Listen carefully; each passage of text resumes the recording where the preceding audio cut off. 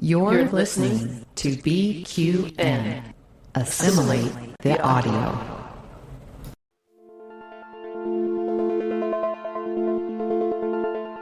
Infinite diversity.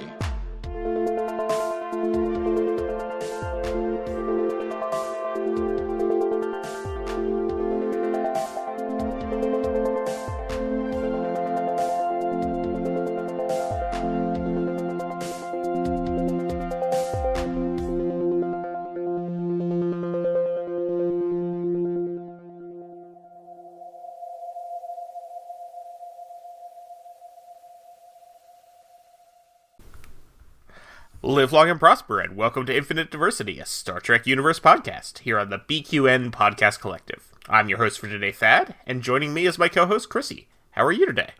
Oh, I'm doing all right. I have this, I'm worried if I'm still looking the way I'm supposed to. Do I still look like I did the last time you saw me? Because I don't know if this is staying. I think you've sprouted some ridges and a goatee, but other than that, you're fine. That's just what it is to be a middle-aged Italian woman. That's fine. At least the hair, you know.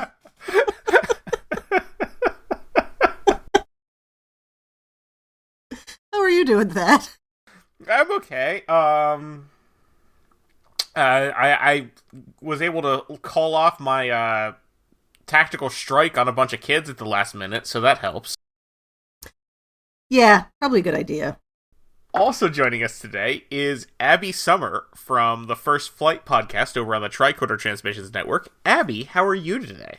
Well, I promise I'm getting over this plague I had. Will somebody let me out of this hamster ball so I can be helpful?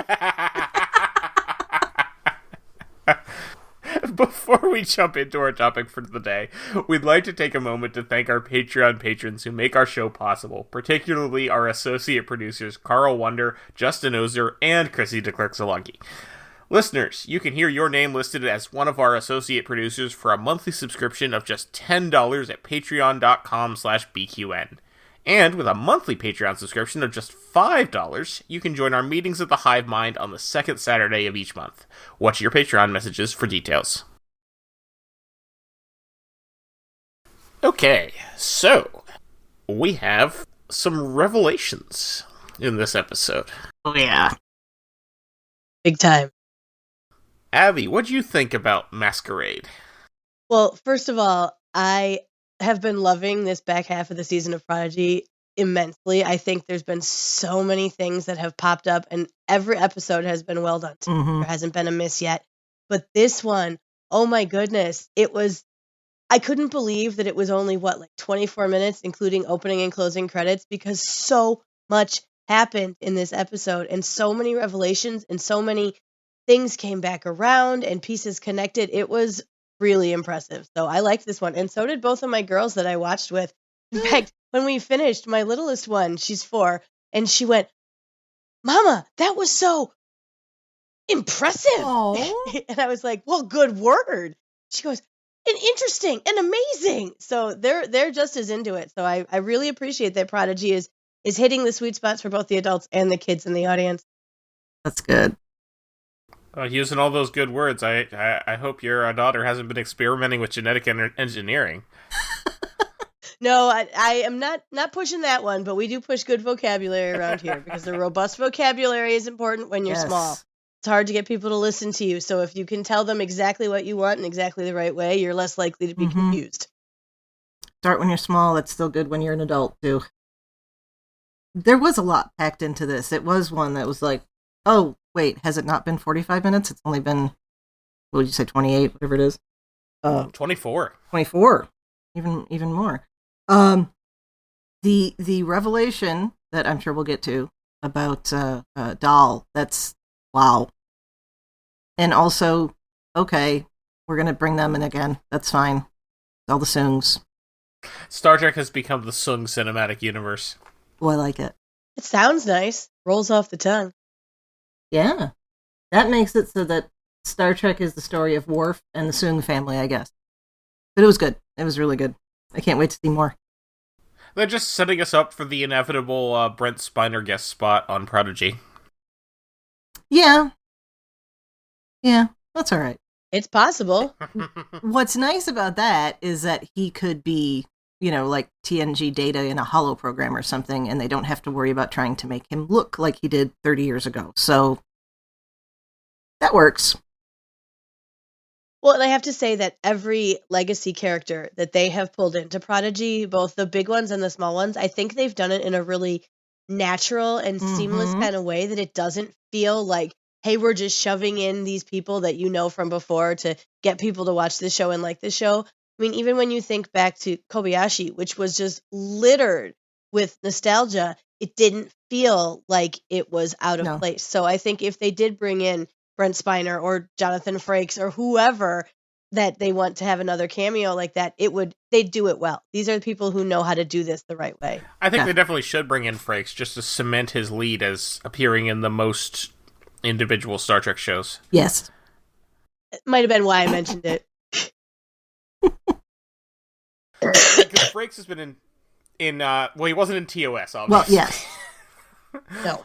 He is on TNG, DS9, technically not as William Riker on DS9, but they thought he was for a little while. We're saying Frakes, not Riker. TNG, DS9, Voyager, Enterprise, Picard, Lower Decks. He has not appeared on Discovery, Strange New Worlds, or Prodigy yet.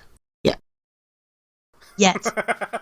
Well, we can fix the TOS one by just putting him in the background in one of the Kittimer conference scenes. Just say it's his great grandfather or something. It's a holodeck program. Yeah, it's fine. And the others are still running. There's plenty of time. Yeah. Exactly. Oh yeah. No, they can. I remember joking for Discovery season 3 that it was gonna end with Riker showing up to save the day because the other 2 seasons of Star Trek that year had ended that way. Yeah. But as much as we harp on it, no one really minds when it happens because it's always so good. So. Oh no! I would never complain about Riker showing up to save the day. Nope. I mean, next time I'm in a staff meeting, if he wants to show up and save the day and take me out, Absolutely. I'm sorry, epic mission. Thanks, bye guys, I'm out. Even These Are the Voyages was he was fine in it. It was the surrounding storyline. I maintain that These Are the Voyages is a perfectly acceptable episode. It is not the final episode of Enterprise. 100%. As someone who loves Enterprise and does an Enterprise podcast, I am firmly on that. It's not a bad episode. It just shouldn't have been the ending. Yeah. The sour taste. Because it is, the idea of it is so cool, and it's just why was it the last one? And I love that they referenced that on Lower Decks then, because you had him walking onto the bridge sorry I'm late, I was in the holodeck with Archer and those guys. Yes. They had a long road getting Which from is there perfect. There's never enough Faith of the Heart references in the world, so every time, the little ding for me. Yeah. Yep. So, of course, we've currently got this thing where everybody's trying out new social medias at the moment because Twitter may or may not still be here very soon. And one of them, which honestly I'm not a huge fan of, but one of them that a lot of people have been joining lately is called Hive. It's mobile only. You can't use it on a website. Ew. And they have their own custom keyboard in the app that disables autocorrect and auto capitalization, which, yikes. No. But the one thing it has going for it is you can link your Spotify or Apple Music account and then have a song play when someone visits your profile. And, of course, I went with Where My Heart Will Take Me by Russell Watson, which is, of course, the official name for Faith of the Heart. Yes. That sounds like MySpace combined with Twitter, the way Twitter was when you had to do it through your text messages. Right. Yeah. But yeah, so anyway, I now rickroll anybody with Faith of the Heart when they go to my profile on Hive. Gold star. So Prodigy? There were still Enterprise references here. Obviously, we got Arik Sung.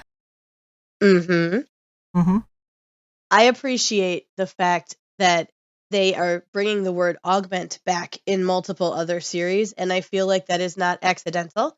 I feel like we are hearing that word in Strange New Worlds. We are hearing that word in Prodigy for a reason, because these shows talk to each other, and obviously the talk about genetic manipulation is a big theme throughout Star Trek in general right now, as it's kind of a theme in the world right now as we're looking for that.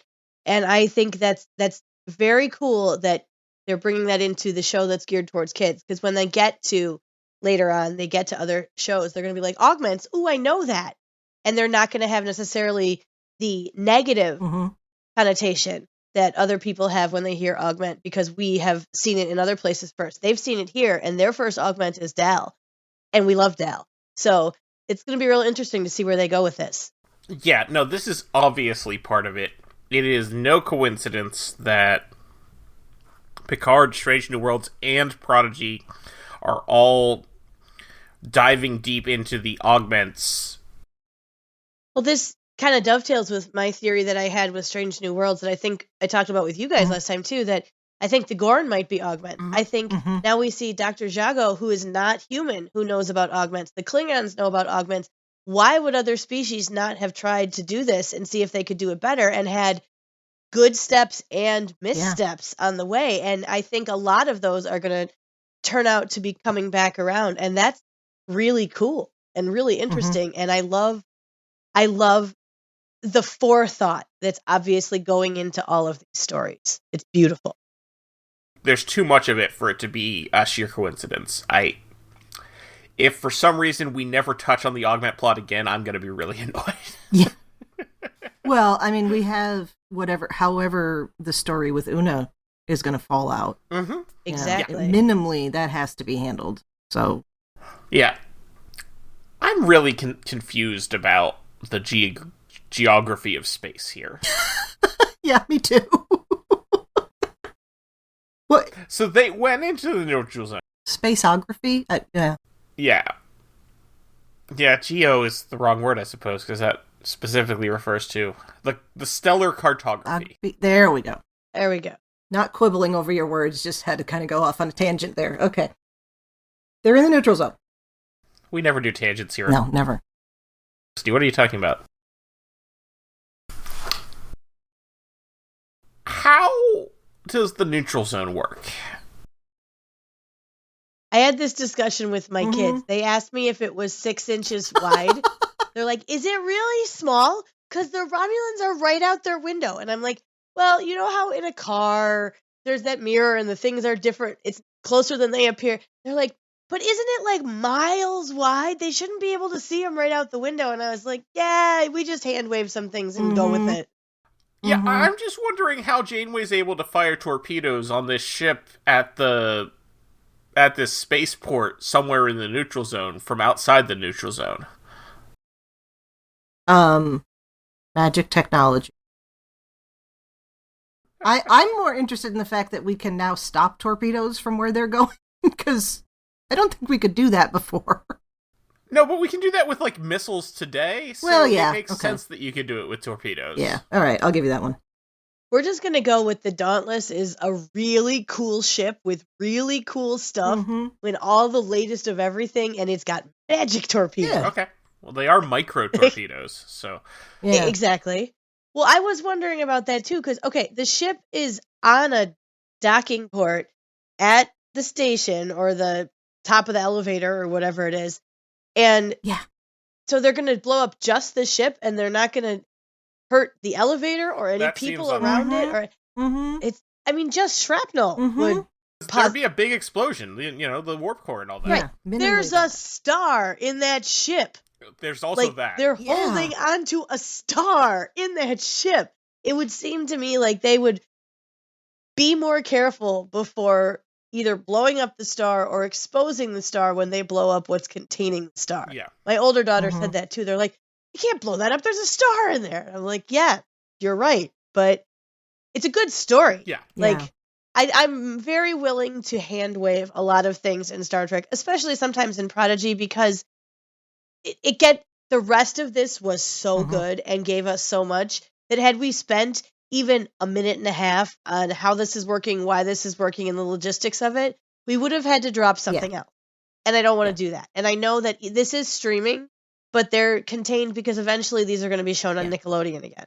So they have a very constrained timeline. And I think they made the right choice. If it was between the technobabble stuff that we're all sitting here talking about and the kids finding out about Dal or seeing some other character moments, they made the right choice. No, I'm with you. It's just, obviously this is going to make me think and wonder because it's what I do.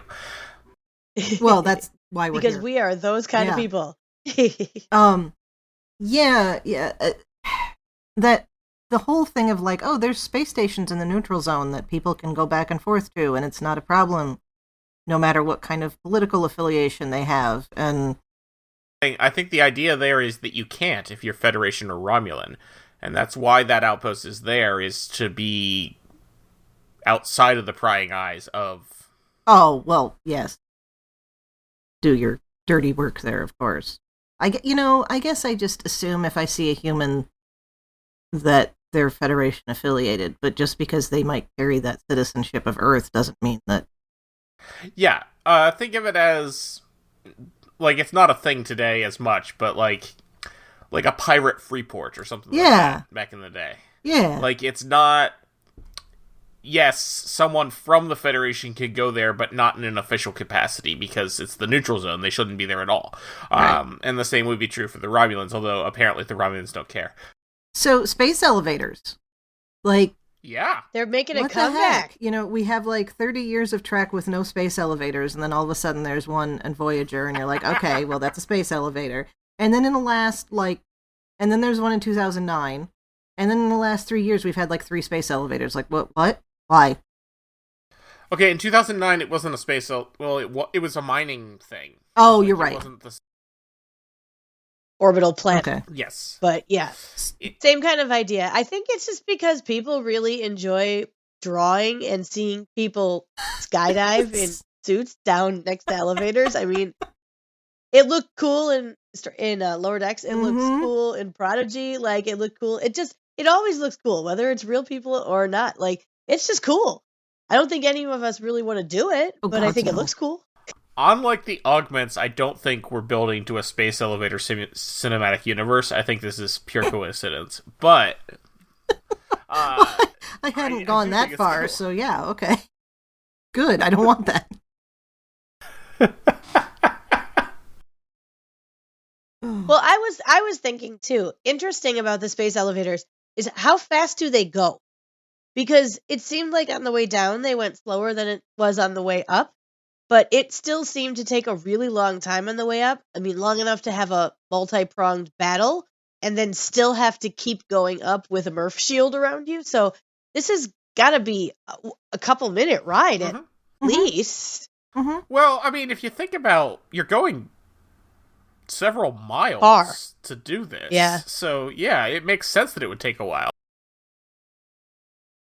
Yeah.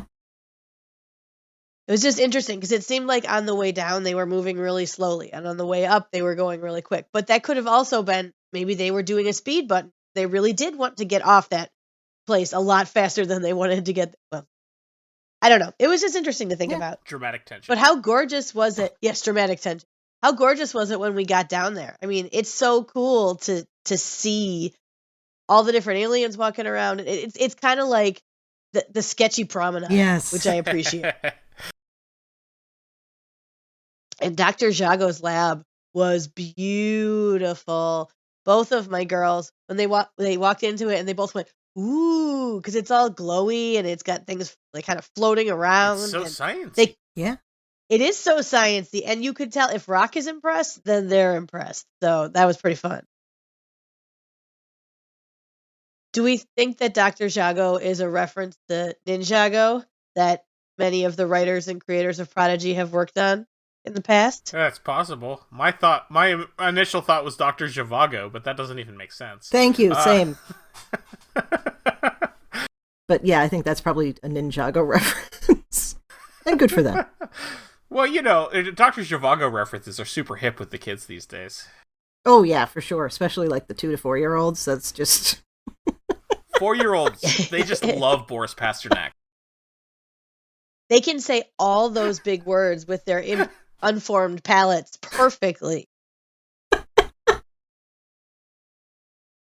Well, speaking of the kids, though, I really appreciated that we got the quick little like genetics and DNA lesson as we walked into that lab, and it didn't feel, again, shoehorned in. The people who make this show are masterful at getting exposition and basic knowledge out there in a way that doesn't feel like that's what they're doing. And it was so well done. And explaining, and Rock coming in and explaining all the little bits. Well, Dal, this is what she's saying, and this is what this means, and this is all this. It was perfect. She is the kid insert into this world, and she does it so well and so naturally. And I love that she is a non-traditionally sized female scientist who's the focus and the kid insert of this show. We need more of that in the world. Oh, absolutely. Like, bring on more Rock Talks all the time. It reminded me in a good way, it's always a good way, of Mr. DNA from the original Jurassic Park movie. Of like, here's an explanation, except it wasn't so obvious, but it made sense. Dino DNA? Exactly. It made sense in Jurassic Park that it was an obvious explanation because that was part of the ride, I guess is what they called it. But yeah, I thought that was very well done. Well, and speaking of well done in that scene, and in general in this episode, Brett Gray, who voices Dal, his voice acting in this episode deserves every award it could possibly get. Oh, yeah. Because starting at the beginning where he's ragging on Okana, which is the most like late teenage thing ever, and he's imagining him getting sucked out an airlock, like that was so like, oh yeah, you are late high school, early college, aren't you? Like that was perfect for me. But like the voice he uses there, at least we have Okana. And then exactly. And then when he's talking and he's getting these huge chunks of information about his past, his history, his origin, and he's trying to process this, and you can hear his voice change.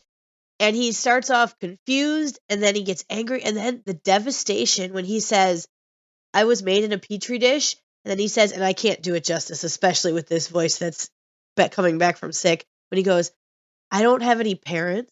And his voice breaks in there.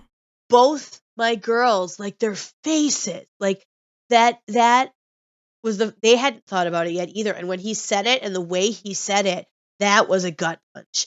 And then immediately Quinn and Rock come and try to get him out of it. And they're trying to, well, there's nobody else just like you. That's cool. And it doesn't change how we think about you. Like, what a perfect model of watching a friend in need and what to do with it. So right there, two beautiful emotional moments that connected with the kids. Like, this is what it feels like when you find out something that breaks your heart. And this is what you do when you watch somebody who's being heartbroken. And that is gorgeous. Yeah. Yeah.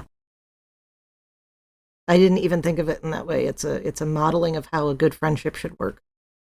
Excuse me. Absolutely. A lot of this show is like that. It's a modeling of how to find yourself and how to support people who are finding themselves. And that is such a lesson for kids, because it's not saying that people you love and care about aren't going to make mistakes. They're not going to do things that everybody is going to disappoint you. Everybody's going to hurt your feelings, even the people you love the most. But it's about how you support them and how you come back from it and how you fix stuff and how you discover yourself along the way. And that is powerful messaging. That is Star Trek.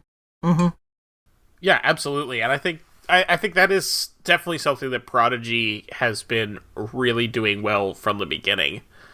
Janeway warns them all that, before they even get on the planet, that because it's unregulated, there's going to be a lot of shady stuff happening here, and if it's too good to be true, it probably is. And Dal agrees, and he's like, oh, that sounds right. But then, of course, that Okana jealousy comes back. That man chop Okana.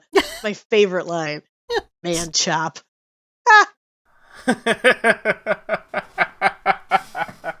Well, and how tempting and how great a scenario, again, for kids to think about, because you get these options all the time. Like, there are oftentimes ways to cheat or shortcuts or ways to get things faster. I mean, just in playing a video game, are you going to buy a power-up, or are you going to actually take the time to get those points yourself? I mean, there's 1,000 important and unimportant ways that this type of situation comes up, and it is tempting. And sometimes you do it and realize it's usually not worth it. And I really appreciated that later, after he had the procedure, and Raktak figures it out, and she looks at him, and the first thing she says is, "You cheated." And that's what it feels like when you're a kid. It feels like cheating. And I was really glad they called it out just like that. And I think it's one of those things that you can see people experience it, but you always think, well, maybe I won't be the one. Maybe I won't. And you have to almost have a time where things go wrong. And thank goodness that we can see examples of that and know that we can still come back from it later on, too. Yeah. Yeah, so this touches on something that Star Trek has been telling us for years that I don't necessarily agree with, which is that if you have the ability to... Okay, obviously, in this instance, what Dow did was, like, dangerous and unnecessary and went too far. Right. But the very idea of genetic engineering to improve people's lives should not be bad. No, it's how it's used. That's the thing. Yeah. But we have to... The historical context is super important in this because Roddenberry, was in World War II. And when his generation thought about genetic manipulation, it was Dr. Mengele and his experiments on the twins and that kind of thing. So it wasn't... We think of it in more of like you mean we could, genetically manipulate so that people can't get cancer? That's great. But that wasn't where that came from. It was not used in that way first. But, yeah. The difference between a chainsaw and a scalpel. Yes. And we are getting much, much more towards the scalpel, but I think that Rock says it the best at the end where she says, we learn science rules, but science needs rules. Yes. And I think that sums it up. And I think that is where eventually most of this genetic engineering stuff is going to end up in Trek. That, yes, this is good, but it needs rules. And we need to have rules and follow the rules. And there to be some sort of consequences for those who... Yeah. That always bothered me with Dr. Bashir. Not that he was... Not that he hasn't had his intelligence augmented, because there's the moral issues around that, and changing fundamentally who a person is in that way is not right.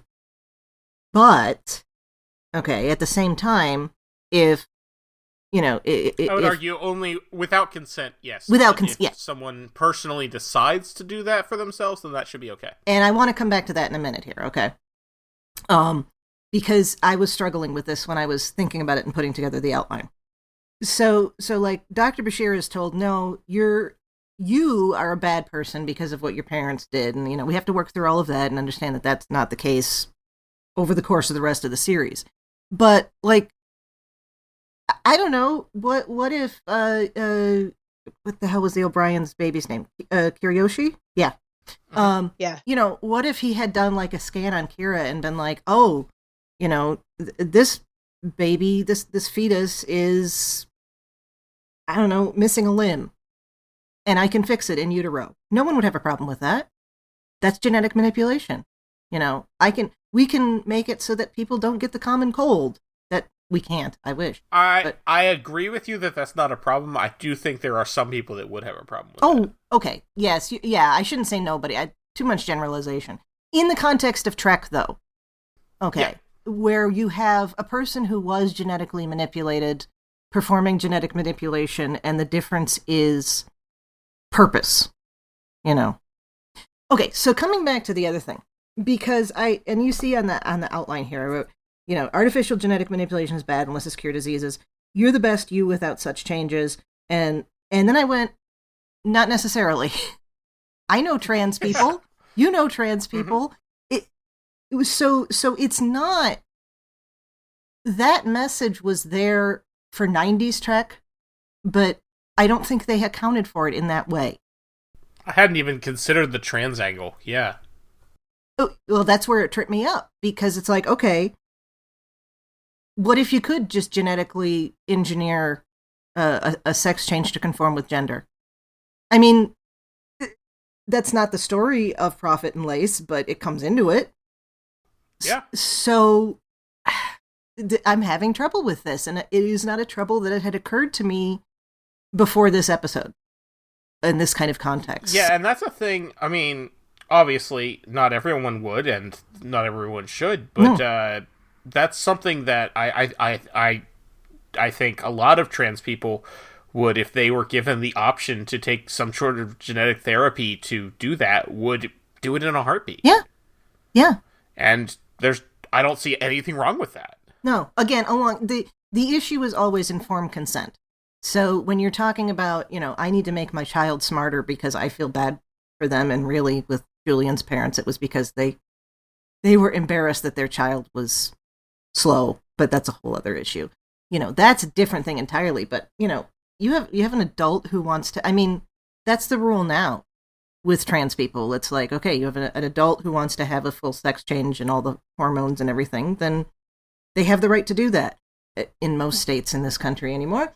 And even kids of a certain age, you can do things like puberty blockers, and that's in most states. In most states in this country. But far be it for us to get into politics on a Star Trek podcast. Well, yeah, because Star Trek, not political at all. No, not at all. Yeah, so like having grown up on Trek as the whole genetic engineering is bad, unless you're curing a disease or you're Julian Bashir. That was really where I was with it in my head. And I had this change of thought process with this, trying to articulate this, and it's interesting. And this is where, I don't necessarily think genetic engineering is bad, but it does. There is a big. There are a lot of pitfalls with this. Yeah. And if you're using it to cure disease, what do you define as a disease? Is right. The other thing. Yes. I think, that's why I said cancer, because. Yeah. We can. Cancer. Pretty much universally agree that cancer is bad. But what if somebody decides, autism is a disease? Yeah, exactly. That's where I was going with that. That sort of thing. And now the other question is it right for an autistic person, if, assuming we had gene therapy like in here, if I, as an autistic person, decided that I wanted to take the therapy that would turn me into a neurotypical person, is that ethical? Yeah, that's a huge question. This sounds like we need an entire Star Trek series that is based on, maybe this is the mysterious fifth series we haven't heard about, right? It's Star Trek geneticists or Star Trek gene manipulation. They'll have a better title, obviously, but it's all about Star Trek Sun. People. Yeah, it could be. It could just be. Every season is a different all Soon. Played by Brent Spiner. There you go. It's a series of short treks, right? He'd totally do it. Well, yeah. So the thing is more complicated, and I would tend to argue that if a person chose that, but you could also go the other way. What if a person wants to become autistic? Is that acceptable? And because I would tend to go on the grounds of, again, it all comes down to consent, and if someone chooses that for whatever reason, then they should be allowed to do so. But we come down to the parents. What can parents do? They do the testing in the womb, find out this kid's autistic. Can they? Is it okay for them to say, let's fix it? Fix that before they were even born, before they even have the choice. Well, let's think about lineage in Voyager and Alana and the forehead ridges, and that entire show was about this. So this is something that Trek has definitely taken on, and I think the reason that we're sitting here talking about this so much and back and forthing about it so much is because there isn't an easy answer, and because there isn't a consistent answer. And because the answer might change as we gain more knowledge or with specifics. And I think that that's one of the reasons that they have scientific ethicists now, because there are people whose job it is to sit around and think about this all day, every single day, and get paid for it, because there aren't easy answers. And that's one of the things that I really like about Trek is it's not afraid to take on these and to leave you without a good answer, or to leave you for decades before they close something up, or seasons or shows or whatever, because they want you to think on this and they want you to live in the gray area. And I think some of the Treks that we would rate as top tier Trek is because they're all about this gray area stuff where you can talk about it forever and ever. Like we were just saying, how many hours, days, weeks have been spent discussing Tuvix? Yeah. Because it's a gray area. It's not. He was murdered. And everybody's right and everybody's wrong. So yeah. I think it's a really cool thing. And I think it's a cool thing to have kids start to think about too, because it does talk about a lot of those big themes. And I mean, just thinking like puberty is kind of a life-changing, altering genetic thing for kids. And this is a good allegory to that too. Oh, and poor Dal, like when he's changing in the elevator and like he's leaking and everything, and like if that doesn't feel like puberty, and you're like, oh, what is this? Why am I leaking? Like that is such a relatable feeling to kids when they're just like, I don't want to have anything to do with this. What is going on? And to bring it back to Prodigy for a second, and Dal leaking. Did you notice that when he leaked and he took it and he flung it and it got on Murph's ball, that Murph actually vomited in his ball then? Like, it says it in the caption. Yeah. And then I'm thinking to myself, okay, who cleaned that up then? Because was that just, like, is it in there? Did they dump it off the side of the elevator? Like, when he went all ninja, did he come back and, ew. But that's just me as a parent going, oh my God, get the vomit out of the way as quickly as possible. Micro transporters that clean the ball. Hey, Riker said the ship cleans itself. Perfect. So, I could use that technology. That would be great. That would be great. Yeah. But yes, that was my thought too. Wasn't Culber yelling at his cleaning bots at one point in Discovery about the mugs or something? So yeah, okay. Point taken. I forgot about that. Floating Roombas. Yeah. Yeah, that's the technology I really want, is the floating Roombas that will clean my house for me. Yeah.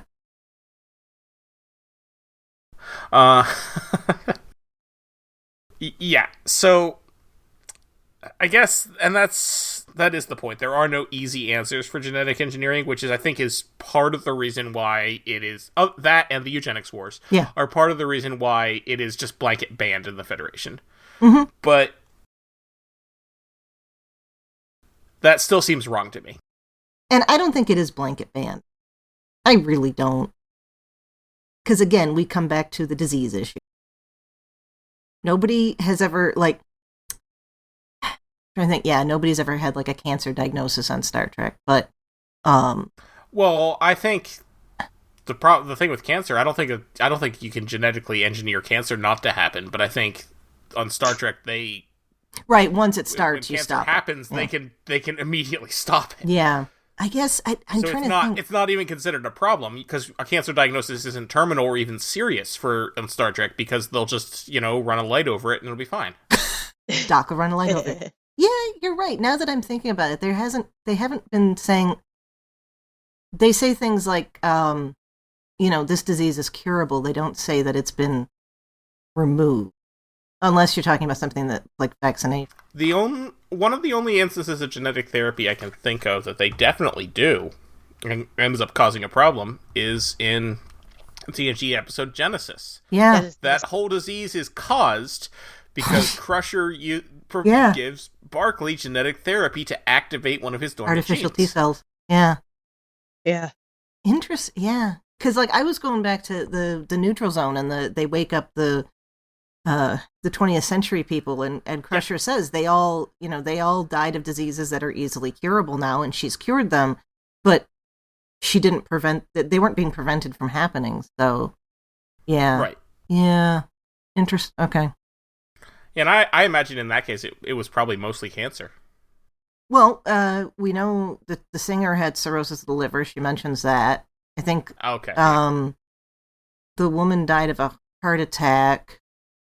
We can technically cure cirrhosis of the liver today with a transplant. Yeah. So, yeah.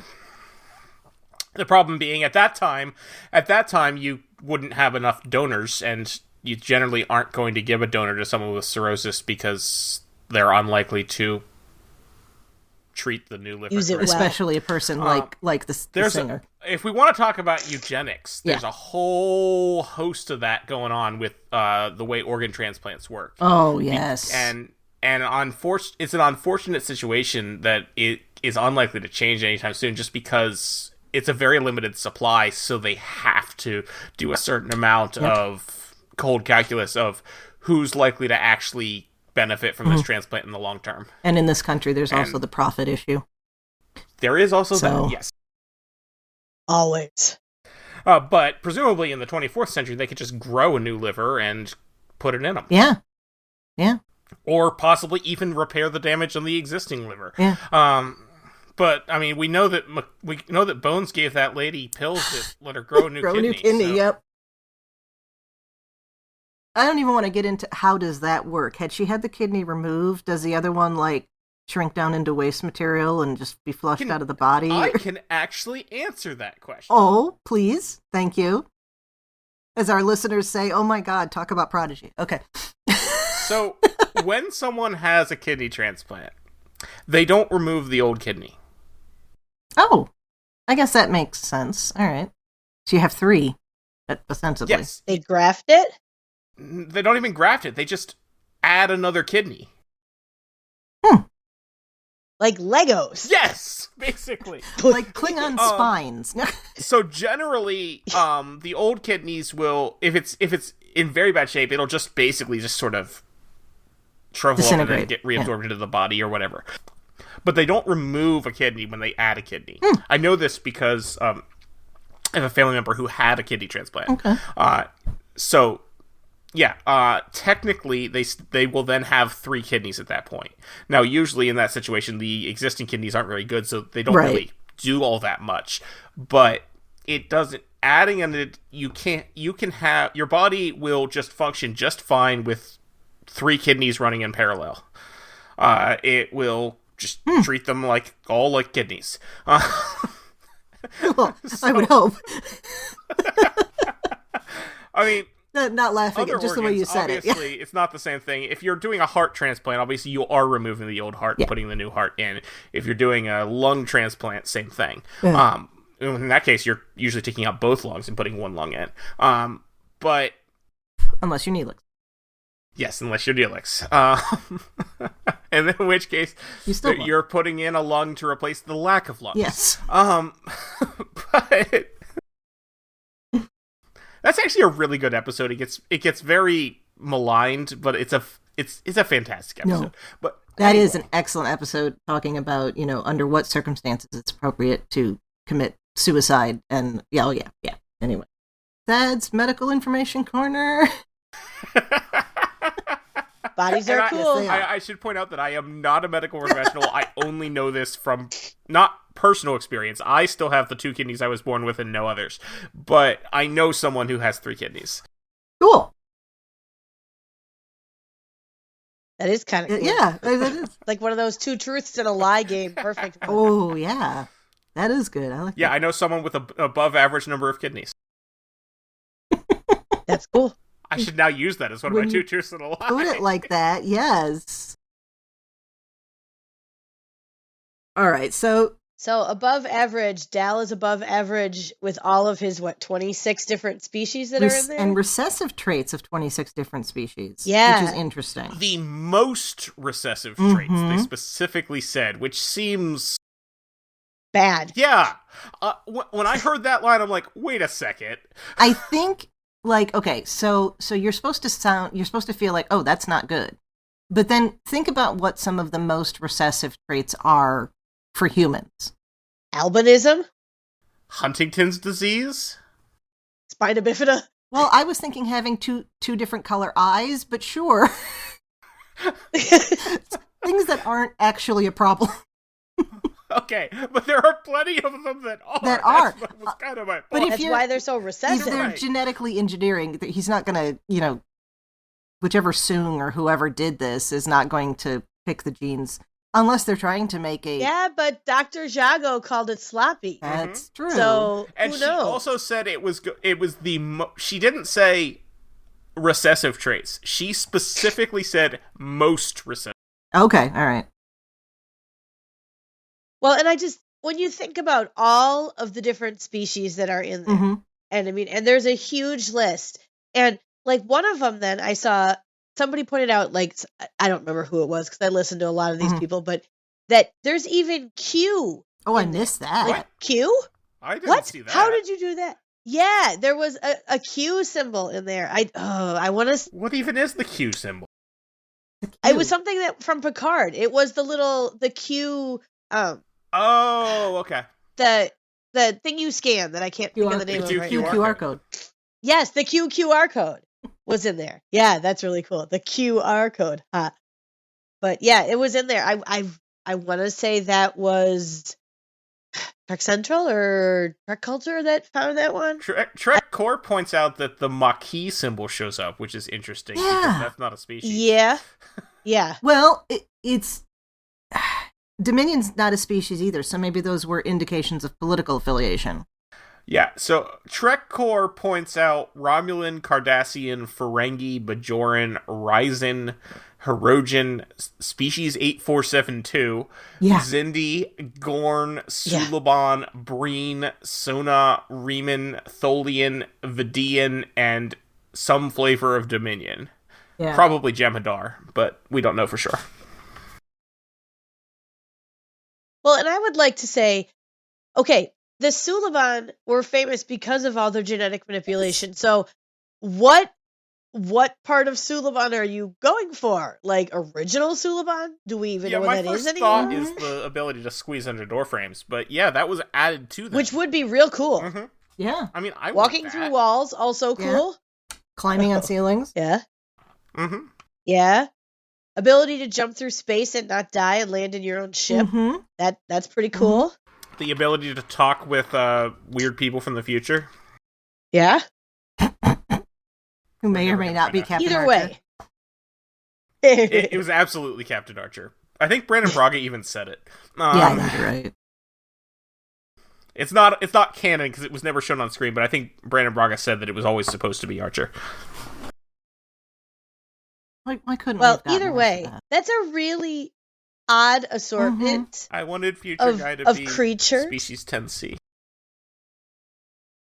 Hey, I wanted Kovich to be that's Future still Guy. either one of those could still be established. Either Yeah. one could, or it could be Mira Georgiou Oh, yeah, that's true. or Boimler and Mariner. You know, whatever. It's fine.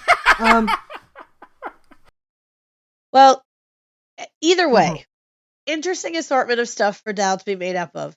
And interesting that now that he knows some of that, is he going to go exploring? Is he going to go looking? Now that he realizes he's kind of a puzzle, is he going to start teasing out different pieces of it? Are we going to get a Species 8472 episode? It's possible. I mean, if you ask Janeway, hey, who out of these species have you heard of? She's heard of probably at least 95 to 99% of them. So she'd at least have background. And he's always been searching for a family, for a place for his species. So it wouldn't surprise me if he started researching all these different points of origin. That could be a really interesting storyline. I like that because that would be a way to introduce kids to each different group too. Mm-hmm. You know, they're monocultures. And have some really cool cameos. Yeah. Like he could go on the holodeck and start researching all these different species, and you could have cameos galore. I wonder about which Breen? If we look at beta canon, the Breen are like a whole bunch of different species. 5, isn't it? Now that's never been shown on screen. That's only from the books. But well, same thing with the Xindi. Yeah. Which Xindi? Yeah. Well, the Xindi are all related. The Breen, True. the various Breen species are not even genetically related, according to the books. Yeah, that's it. The Breen is a confederation of various different worlds that all wear the same outfit so that they can't be racist to each other. It's an ethnogenesis. There's your big word. One thing I thought was interesting that we didn't see, and that might just be because I haven't seen where anywhere picked it up, but the one thing that we all thought Dahl might be, which was Talaxian, was not in this list. Yeah, and I didn't see that in any of the other lists I've seen either. So I think that's interesting. I also find Vidian is interesting. Again, another species we know has done a lot of genetic engineering, so we wonder, is this vanilla Vidian, or is this pre-phage Vidian? Post-phage with enhancements to to hold off disease Vidian, because I could see how those would all the things the Vidians did to prolong and stop themselves from dying of the phage. I could see how those would be very beneficial for someone who does not have phage, to just make them much more resistant to disease in general. Yeah, it's very intriguing. Like I said, put him in the holodeck, let him research all these, let's see all sorts of cool, like Parade of Alien. We'd all be happy with that. Oh, and like, because you could have Hollow Janeway walking him through that. And of course, she's going to go to the Starfleet examples. So this is Worf. This is, he's an example of a Klingon. This is Spock. He's an example of a Vulcan. Yep. Yeah. See, that's another thing. You cannot tell me that the brow ridges of Klingons and the pointed ears of Vulcans are their most recessive traits. Yes, agreed. But can you add in the most recessive without having some of the more recessive with it? The dominant ones? Yeah, thank you. Yeah, more recessive. That too. Well, the more recessive would, by definition, be less recessive than the most recessive. Still getting over the cold. Well, and I think one of the things that I thought with the wrap-up and everything here, I thought it was interesting that after we've gone through all this and we've done the chase and Okana runs off, which he's not done. He'll be back at some point. We can all see that coming. But I think it was really interesting that at the end of everything, the last thing that you hear Admiral Janeway say is, "Who are these kids?" Which is perfect. And then when we get back to the ship, that first science log from Rock Talk was just such a beautiful bookend. But it also made me think, when they took out Dal's implant, they saved it. Is this going to be like an emotion chip generations kind of thing coming back? Where later on he's like, I think I might be ready for this, and I've studied and I've researched and I've grown, and I think I might be wanting to see some of my more recessive traits and not juice it up to 100, because it's not gone. No. They saved it in a little thing. And could they adjust it, accordingly? Correct. Yeah.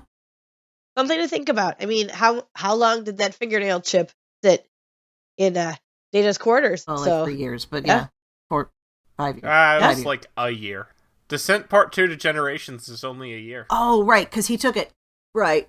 I was thinking from Brothers, not Descent. Sorry. No, don't be. No, I was sorry. We're interrupting Abby's thoughtful conversation with our, numbers. You're totally fine. Our analysis of how long that emotion chip sat in Data's quarters, which again was about a year. Yes, it was easy. Well, but I mean, a year from now, Dal will be a much different person. Like, think about how different he is from the beginning of the series. And when you are a teenager like that, a year is an enormous part of your life, and you are changing daily. So a year from now or 2 years from now, Dal might be ready for that in a way he isn't. Yeah, I'd say he definitely was not ready for it now. Dal has a lot of insecurity and he can frequently be a bit of a dick. As teenagers can do. So yeah. As teenagers are often. Yes. And I think this implant, when he realized that now he's special, he's got all these powers, it definitely amplified that his innate dickishness, I think. Yes. Well, think about his life. He grew up with a Ferengi, and then he went to a mine. He's been used to thinking about himself only and doing whatever would give him an advantage to survive. So that is his first instinct. And does it make him a little bit of a dick? Yeah. But is he alive because of it? Probably.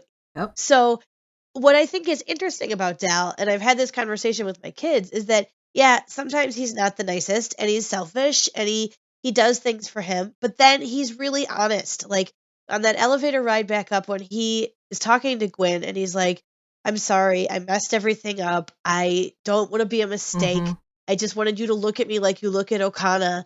And she says, well, you'll never be as good as Okana. And you see him go, Yeah. in that 1 second pause, not even, where he just deflates, like, yeah, see, she thinks of me exactly what I think of me. And then she comes back with, you didn't leave us. You're better than Mhm. he is. And he was like, oh, yeah, he's finding that out about himself. And Mhm. it is really moderating that dickishness that he has in there. And I think that's growing up. Yeah. And that's having experiences that are different than what you were raised in, and realizing that there's more than one response to a situation. And that's been very eye-opening for Dal, and him accepting these people as his family, trusting them, going back for them, caring about them. That is a new thing for him, because he's never had that before. And it's been hard for him to become vulnerable like that, but it's really powerful when he is. So that elevator ride back up where he's talking in that like half Tellarite Yeah. weird voice, and he's still gooing, and he's in the helmet, and he's got tusks and ridges. He's at his lowest, and he is still safe enough with his friend that he can let himself be vulnerable right there in his weakest Mhm. moment, and they buoy him up. Mhm. That's beautiful. Yeah. Yeah, like we say things, and then Abby comes along and just like Yeah, no kidding. is on a whole other level than us. Like you've got like a Oh. genetic implant or something. I wish. No, I watch the show with my kids. Makes a difference. And I teach in real life, and I teach elementary. So I think about this stuff a lot. And I think the past couple of years with the pandemic, it has really made me even more conscious that when you are interacting with kids of any age, you are not just interacting with them in a way that's teaching them how to learn, but like how to be a person. And for me to be a mother and to be a role model like that, and to want to raise girls these days to go out into the world the way it is now, I feel like I really need to fortify them with a lot of strength and a lot of open-mindedness and a lot of options and a lot of tools to be ready for what's out there. And this show is a way to do it. And I want to shout out again that Paramount Plus and Kate Mulgrew do a little 1-minute video lesson geared towards kids on every episode. And they are glorious. And my kids ask for them every week. Like, can we hear the Janeway lesson? And they'll repeat stuff back. I I love hear it. them saying things. And we need more of that out there. We need more showing kids how to be good people, and that people around you don't have to do this in order for you to do. You can be the good. You can be the kindness. And this show has just opened up many discussions with my kids, and just me starting discussions with other children in my life and other aspects, because I'm thinking about this kind of stuff, and we're watching it, we're talking about it. It's a family thing, and that is amazing. So, soapbox done. Oh, that's a good soapbox. Well, no, that's actually the big reason why we reached out to you to have you back on the show for Prodigy, because we realized that as we talk about this show, we can analyze it to death, and we can talk about how it relates to Star Trek. But at the end of the day, neither of us have kids, and we don't work with kids. And you have children in the actual target demographic for this show, so you can give us a much more interesting perspective. Well, someday we'll have a long discussion about the Borg and my kids, and that Let Sleeping Borgs Lie, and how I prepped them and how we watched it, and now all the really interesting discussion about Borg that we have had since then, which is it is awesome. Like, my little Trekkie heart is so full of getting to do this with my kids, and like them liking it and seeking it out and playing it on purpose. But it's also just, it's cool to watch them find something that makes them think. Yeah. And that is, I mean, that's one of the reasons we all watch Star Trek, and we discuss it like we do on podcasts and online and everywhere, because we like thinking about things that aren't easy. And that's what this is. Kids need to learn how to do that too. So what a perfect I was on Union Federation podcast this week, and talking about the previous two episodes, and one of the things that we talked about that I had brought up is that I feel like this show, at least at the moment, as it becomes more accessible on Nickelodeon, I think kids will hopefully find it on their own. But at the moment, with it being a Paramount Plus show, this show is clearly targeted at people like us who want to share Star Trek with children. Yes. Yeah. Because kids are not opening up Paramount Plus and finding Star Trek Prodigy on their own. Yeah, not unless somebody led it to them. And kids and parents who aren't into Star Trek, let's be honest, parents who aren't into Star Trek aren't subscribing to Paramount Plus. No one is unless you're into Star Trek. So I realize there are some people that do, but you have to imagine that we are a huge percentage of the subscriber base for Paramount Plus, because why else are you subscribing to Paramount Plus? Well, and that was what they based it all around. I mean, it was like, okay, we're launching CBS All Access, and you can watch all this CBS stuff, but in a month, we're going to have more Star Trek. To be fair, they launched CBS All Access years before they launched Discovery, actually. But yeah, I think CBS All Access was... They didn't actually care about it. It was just sort of this thing they had until... they launched Star Trek, and then they realized they could turn this into a giant brand. But the thing is, right now, the kids that are watching this are watching it because their parents love Star Trek and want to show Star Trek to their kids. Mm-hmm. And I think this show does a really good job of doing that because it includes so many references to things from Star Trek that the kids don't necessarily need to know. Yeah. The kids can watch it without knowing what the Suliban are, and they'll be fine. But it includes those references for parents, and the way I view that is sort of like, if you ever watch Sesame Street. Yes. That's always filled with little references that the parents will get that the kids won't. Mm-hmm. Yep. And it's the same sort of thing. And I think, really, the way this show has been going about it is appealing to us as adults. Like, I never thought... Like, I knew I was going to watch it. I knew I was probably going to like it. I never thought I would get so invested in a children's cartoon until I started watching Prodigy. And I think it's doing a really good job of that, letting the parents really get into it and then share that with their children so that they can appreciate it in the same way. I wish my niece and nephew lived a little closer that I could try to show it to them. But... unfortunately, that's not the case. But they do have all of the Star Trek little golden books, thanks to their uncle. Perfect. Good job. My cousin's kids, same thing. You also got them the little golden books? Oh, yeah. Yeah. And that's... did you see that they have a line of board books now? They've got Klingon words. Mm-hmm. Yeah. Mm-hmm. Yeah, now I gotta wait for somebody else in the family to have a baby. Yeah, I know, right? Family or friends, I should say, because I'm one to buy friends. But anyway, it's that and Feminist Baby. Have you guys ever seen the board book for Feminist Baby? Oh yeah. That's a default. Like every baby that I know has that book. There's two of them. Yes. Now, yeah. That and which is really it'll cool. be that and Baby's First Klingon. Be great. Well, speaking of babies that are growing up, can we talk about Murph and how? Oh, yes. Murph is okay, so my girls are calling the new Murph Gingerbread Murph.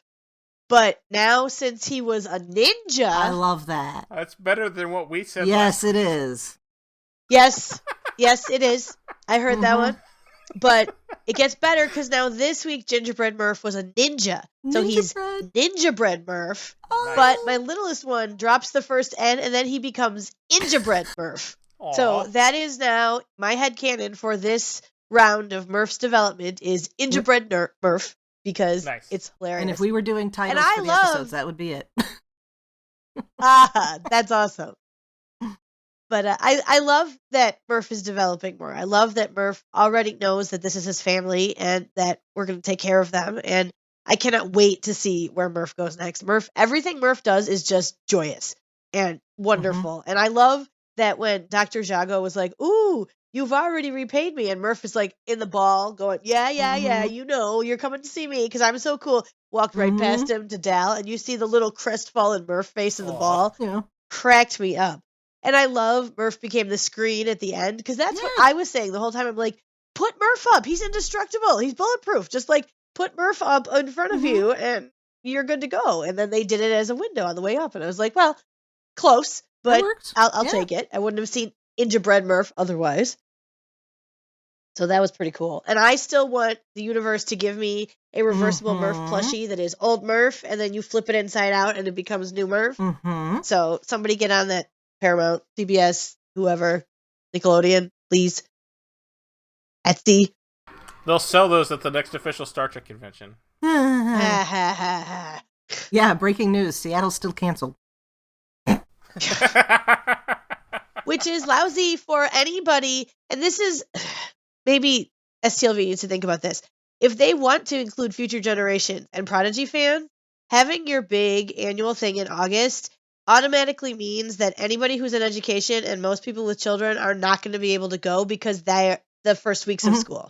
Like, and it's the same with Memorial Day. It's never exactly. It's not going to work. I'm sorry. Like, I want to go to STLV, but I cannot not be at the first week of school. It's always wild to me when I hear this because because I know it's different in different parts of the country, but the first week of school here is always the week before Labor Day. And, like, I hear people saying they're starting the beginning of August, like, what? Because people are never in school that week. Well, I mean, like, for colleges, and I can't speak to K-12, but colleges generally are going to start either the last week of August or the first week of September. And there's meetings, and there's prep, and especially for K-12, way more than there is for college. Even if you're not starting until, the last week of August, you've got probably at least 2 weeks. 9 days, 9 work days of pre-service days before that. Yeah, I was about to say, Abby, you know better, so I'm going to shut up. And there you go. Well, and the warmer the climate, the earlier they start, because then they're off in the warmest part of the year. So there are a lot of places in the South and like the Southeast and Southwest that go mid-August, and then they're done at Memorial Day, as opposed to, like, you guys who go... the warmest part of the year? Not everywhere. Oh, okay. It's humidity. Oh, fair. Okay. Yeah. But the whole thing is also organized around, agriculturalism from the 19th century. So, yeah. Why kids have summer off at all if they're not working on a farm is just like... Because their teachers need a break.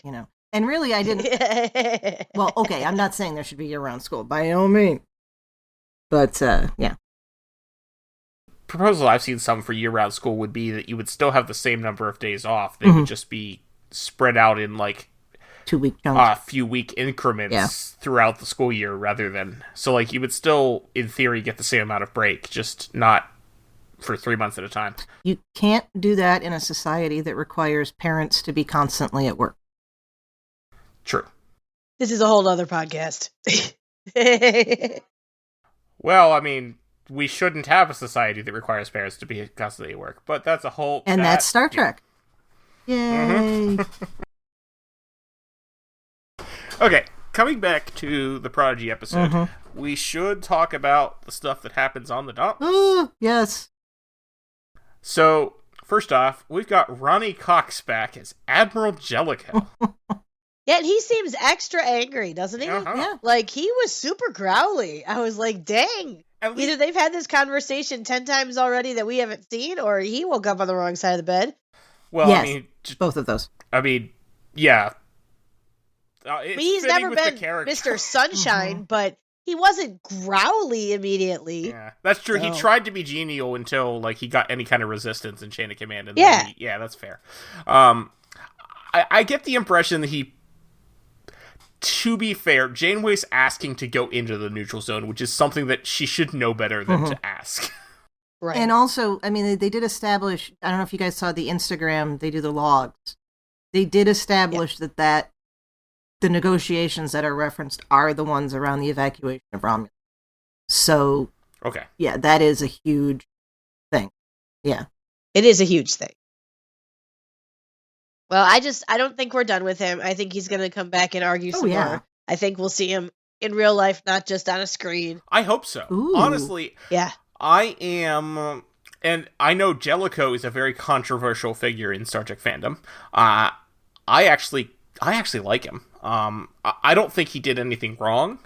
I think Riker was an asshole in Chain of Command, and I actually like Jellicoe. I want to see more. I hope that we see more of him, and I hope that he shows up in Picard too. Again, it should have been him or Nechayev to call out Picard on his sheer effing hubris. Mm-hmm. Yes, absolutely. I think him and Janeway are an interesting combination. Mm-hmm. I think that them butting heads or finding a way to not butt heads is going to be a really interesting dynamic.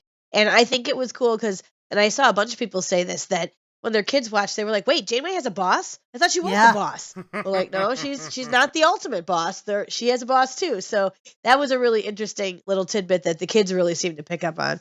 Mm-hmm. And then we have all of the watching Ensign Essentia after you've watched this whole episode really changes things. So it's interesting to go back a second time knowing that the big reveal is coming and then watching her in the background and on the sideline of a lot of this episode. Very interesting. So did you think that she was Gwyn at first? My daughters did. Both of them. They were like, older Gwyn? And I was like, I don't think she's older Gwyn. I think she's just someone who's of that species and female and older. Yeah. But they said, no, she had the same accent. And I was like, no. I don't think so. Like, let's wait and see next week. At first, I thought it was, but then as she continued talking, I'm like, oh, no, it's not. Yeah, and, well, there was, we talked about this, I think, 2 weeks ago. I had seen a theory on Twitter that someone had called this. Because of the nose. Because the nose was the same. Okay. So, and a friend of mine actually asked, maybe she's Gwyn's mother. Ooh. Oh. But wait, no, Gwyn was grown in the lab. Yeah, but that... Wasn't she? Straight from the Divider? That's what she knows. That doesn't necessarily mean that's the case. Yeah. And even if she was, then, if they work like humans, you still need a egg donor. That's an interesting idea. It feels a little bit too much like the Red Angel, so I hope they're not going in that direction. Yeah. Now, coming back to Jellicoe for half a second. Yeah. I think, because I'm going to talk about Starfleet rank, because duh. But I think Prodigy is, for the sake of children and people in general, simplifying the Starfleet Admiral ranking. Yeah. Because you notice how Janeway is constantly referred to as Vice Admiral Janeway? Yeah. Yes. Which, when we were back in TNG, DS9, Voyager era, they called anybody with either 1 through 4 Admiral Pips, they just called them all Admiral. And I think they are simplifying it and basically, because she does refer to Jellicoe as just Admiral. Jellicoe has 4, which is a full Admiral. Janeway has 3, which is a Vice Admiral. But normally they would just be called Admiral. I think they are really only ever going to show us these 2 different Admirals, and the reason they're constantly calling Janeway Vice Admiral is to indicate to people that she is not as high a rank as a full Admiral. Well, they have not explained Pips to the children, so that makes sense. Right, well, I wouldn't expect them it makes sense. I was being a little... But... Yeah, I wouldn't expect them to explain that to them, and it makes so I think that explains why. Because I had been wondering, because they've called her Vice Admiral, she's called herself Vice Admiral. I've been wondering, why do they keep doing that? And now I think it's specifically for scenes like this, where because we know Janeway is a Vice Admiral and he's a full Admiral, we can immediately say, like, it's immediately obvious that he is her superior. It's principal and vice principal. Yes, exactly. Yep. And it's still technically correct, because 3 Pips is a Vice Admiral, and 4 Pips is a full Admiral. It's just, before in Star Trek, we would have just called them both Admirals. Yeah. And it does make sense that he would have a higher rank than she, because, I mean, he was a captain before she was. He was a captain before she was. Yeah. Because Voyager was her first captaincy, which is 2 years after Chain of Command when he was a captain. He's just farther along in his career in general. I mean, he's clearly older than she is. So it makes sense that he would be higher. I still find it amazing how quickly both of them rose through the ranks of Admiralty. A lot of captains got killed at Wolf 359. Wolf 359, I thought that too. Yeah, but not a lot of admirals would have gotten killed at Wolf 359. No, we know but at least one did. As people retire, you got to fill the ranks. Yeah. So, yeah. Anyway. And I'm sure some died in the Dominion. A lot of captains died in the Dominion War, too. Yeah. Jellicoe was probably in the Admiralty by then, but... Yeah. So... Yeah, I think it does make sense that he's a higher rank than she is, just because he's higher on the totem pole in general. Like, he would have risen faster than she would, given my relatively limited understanding of how military rank works. Although I understand that, at least in the U.S. military, once you get to that rank, it's much more political than it is merit or job.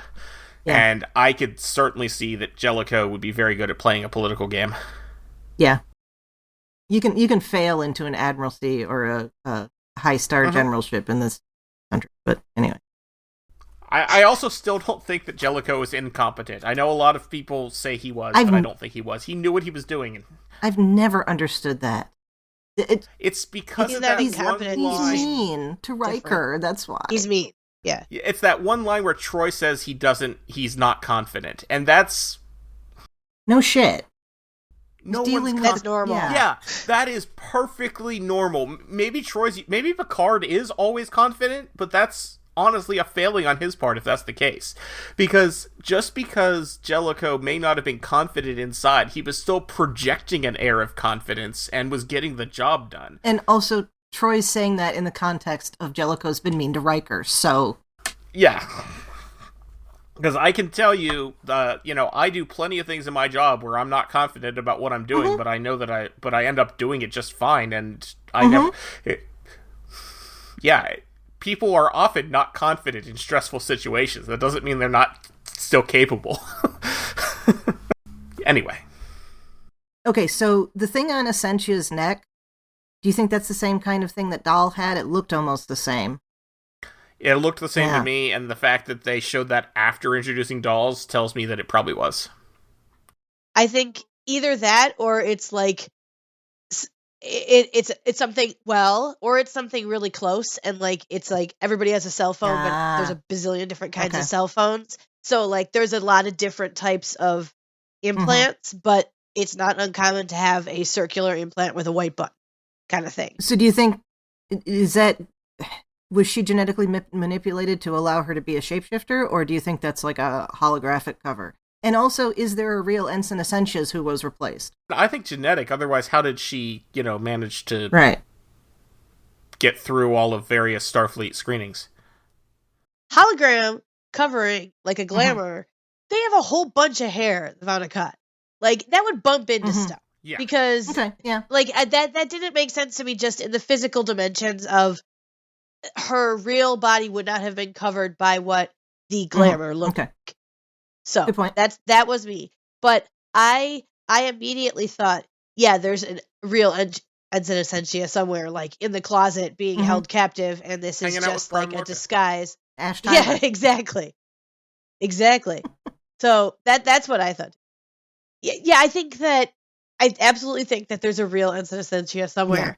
Yeah. And I think that that will come into play later on. And I think the fact that the diviner doesn't remember a lot is going to also come with this. I think that we might have an interesting thing where he doesn't understand that there's two of them for a while. If the one is talking to him with the face on a nut, and that could become part of the undoing of the whole whatever they're doing. Yeah. They try to get the protostar this time. That was my thought. I don't necessarily know that there is an Ensign Essentia out there.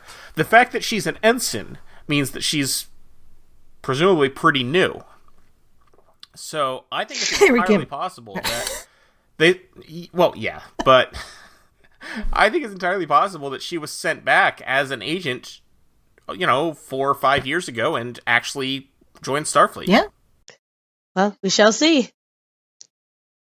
All right, so I just wanted to put that out about Essentia and what's going on there, but canon connections. Ooh, I have a couple canon connections. Go for it. Mm-hmm.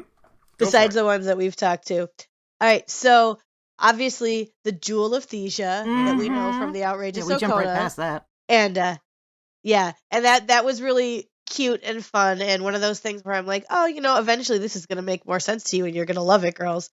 And I also really liked how when Okana comes in the beginning and he's eating the blue apple, and then he goes and he sits in the captain's chair eating the apple just like we had in 2009, and I was like, oh, that's cute, and like and subtle and natural enough that if you don't get it, you don't care, but if you do get it, you're like, oh, that's adorable. And then this has nothing to do with canon, but I just love those alien puppies. Yes. And I just wanted to give them a little shout out because they're adorable. Yes, they were. Rock is so Rock in this. Like, she's cooing over the puppies. She's growling at Dr. Jago on the screen when they're hauling mutating doll back. Like, just a perfect little bit of character development that I just had to throw in there, and I didn't know where else to do it. So, there we go. That's it right there. I don't have any to add. We haven't talked about it already. No, I think we covered everything I was talking about. We talked a lot about them, yeah. Yeah, I admit I was, mostly watching the episode. My only actual notes that I recorded in my little note thing are Space Elevator and Sung, which we covered. Yes. Both of those important. All right, so anybody have any final thoughts before we wrap this up? I'm so glad they're not taking a break after 5 episodes again, because I was really afraid they were going to announce, oh, we're taking a holiday break, and I was going to have to do a very non-child-friendly response to that. So thank you to the universe for putting all 10 of these out in a row, because after every single one, my older daughter goes, oh, come on, that can't be the end. So I love that we're getting one the next week. She learned the word cliffhanger because of this series, and I love that too. Nice. We were talking about the Trek moral issue about genetic manipulation and all of that, and I didn't get a chance to mention the other thing, because that was an interesting conversation anyway, but the other moral to this is that your origin doesn't define you. So the fact that Dahl doesn't have parents, or however he came about, that's not the important part. The important part is who he is now. So that's an important one, especially to get into kids' heads early. So, final thoughts? Yes. Yeah. I'm ready to see more Prodigy. Yes, always. All right. Well, Abby, thank you so much for joining us. Where can listeners find you online? Do you have any work you want to mention? Well, thank you for having me on. It's always fun to talk to you guys, and I love all of our tangents and rabbit holes and minutia, as I said. It's a good way to spend a couple hours. The best place to find me at the moment is still on Twitter, and I'm at Abby M. Sommer. That's SOMMER. I've looked into some other places, but haven't migrated, and I think I'm staying on Twitter till it dies because I'm old. and I don't have time for one more thing in my life, is the honest truth. Because one of the other things I do is I co-host the First Flight podcast, and we are an Enterprise Rewatch podcast, and this week we are dropping our beginning of season 2. Ooh. So it's perfect timing. Yeah, in fact, it might actually be out right now. If by the time that this comes out, it probably will. So you can find us on the Tricorder Transmissions Network, or look up First Flight Pod and start off with Season 2 Rewatch with us. Season 2 has some good episodes. Mm-hmm. Yeah, Season 2 is fun. Oh, and you can find the pod at First Flight Pod on all of the socials, Twitter and Instagram and Facebook and all that stuff. Should say that part. Chrissie, where can people find you when you're not suddenly growing genetic features? That makes me think of the Eddie Izzard bit about puberty. I have the plague. All right, well, in addition to here in Infinite Diversity, you can find me on History with the Szilagys here on BQN. That's a twice-weekly short history podcast I do with my fellow historian partner, Jason. And I'm also happy to chat about our shows in the BQN Collective on Facebook. And I'm on Twitter at the Goddess Livia, that's TheGoddessLivia, where I tweet about Star Trek history and leftist politics. I have not set up a Mastodon. I have not set up any of that yet. I'm not going to be setting it up until after I'm through grading the exams for the end of the term, minimally. Fair enough. But when I do have other places that I am, I'll let everyone know. Thad, where can people find you when you're not trying to figure out how to violate Romulan borders without letting Admiral Jellicoe know? Best place to find me for the moment is still Twitter. I am at Tyrannicus, that's Tyranicus, where I will be sticking through with Twitter until it crashes and burns at the bitter end. Yes. But you can also find me on Mastodon, where I am at Tyrannicus at 10forward.social, where everything I say on Twitter, mostly it's also said on Mastodon, and I am happy to interact with people in both places. I'm also on other places, but those are the only two places I'm actually active. Yeah, that's you can, yeah, because you only have so much brain space for so many platforms, and yeah, no. You can also hear me on the podcast I do with my friend Carl about the James Bond films called License to Spiel. That's license with a C, like the British do it.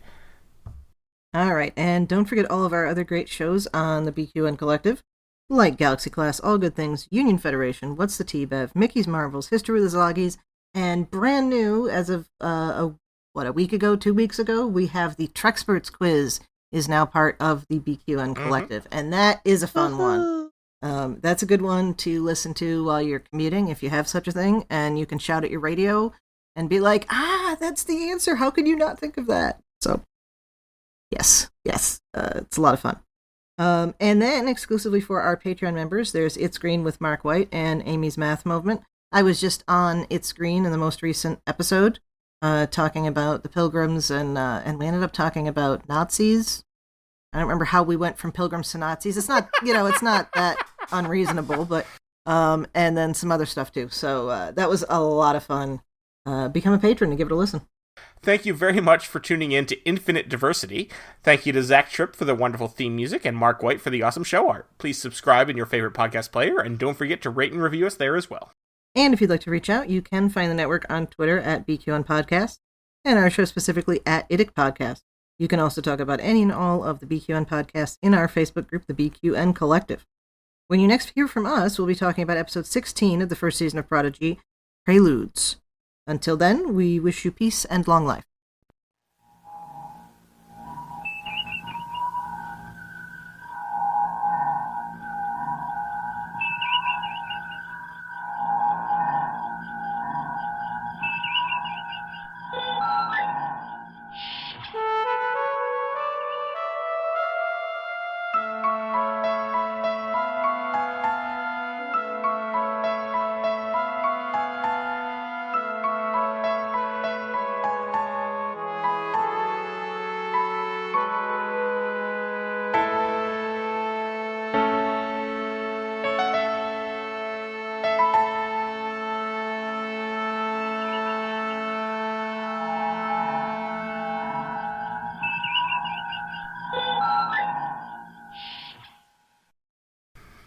And there might be fewer tangents next week, because I won't be here.